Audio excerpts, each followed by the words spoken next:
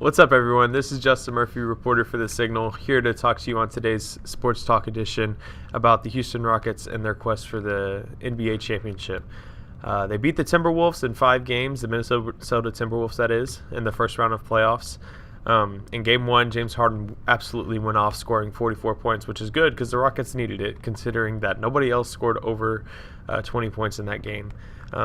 James Harden really showed himself as the MVP of the season and the MVP of the Houston Rockets team by putting the team on his back when they really needed him to. And then in Game 2, James Harden didn't really have that great of a game, but Gerald Green stepped up off the bench, scoring 20-plus points, and Chris Paul and James Harden both scored in the 20s. But considering that Game 1 effort from Harden, Game 2 was a lot less than what we expect as fans. But in Games 1, 2, and 3, the Houston Rockets as a team overall just could not shoot the three ball at all. The three-point shots were not falling in for the Rockets, and that includes all of our shooters, including Eric Gordon and PJ Tucker and Trevor Ariza.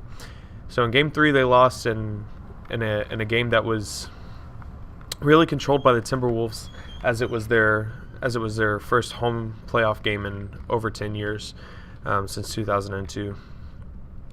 So the momentum was on the side of the Minnesota Timberwolves as Derrick Rose put the team on his back and really carried them to that win in Game 3.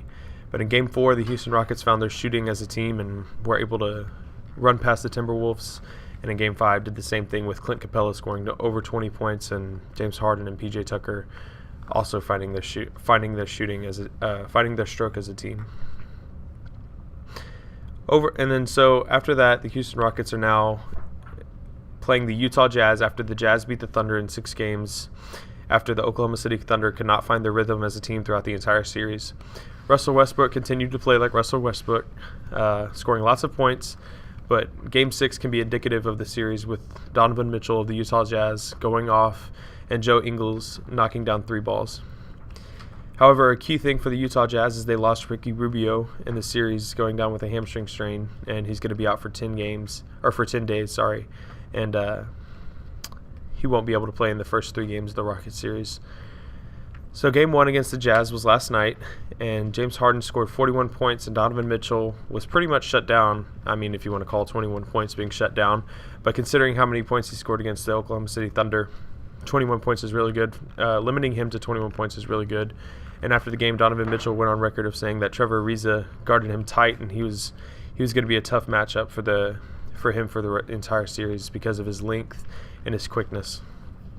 So for the rest of the series, I pretty much expect the same thing to happen with James Harden going off, continuing to score because nobody can really guard him one-on-one. And I hope that PJ Tucker and Trevor can lock down Donovan Mitchell and the rest of the Jazz and Joe Ingles. And hopefully the Rockets can continue to shoot the ball like they have done all season and can continue to show the NBA that they are a huge threat in the West and they are the best team in basketball. The winner of this series will face the winner of the Golden State Warriors and New Orleans Pelicans series. So yeah, keep an eye out for more coverage of the Rockets as they continue their quest to run as one and run through the playoffs and capture the NBA championship. This is Justin Murphy with Sports Talk signing off.